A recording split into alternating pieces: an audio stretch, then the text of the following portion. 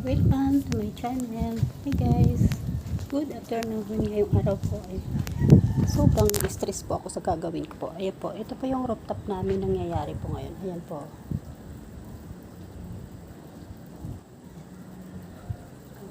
Ayan. Dapat kasi nung bago magpasko siya, lilinisin ko siya.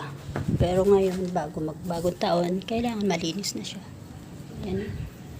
Bali nakatira lang po dito yung dalawang pusa ko. Tinapon ko yung tubig dyan. Ayan. Ayan. Ayan. Tingnan mo.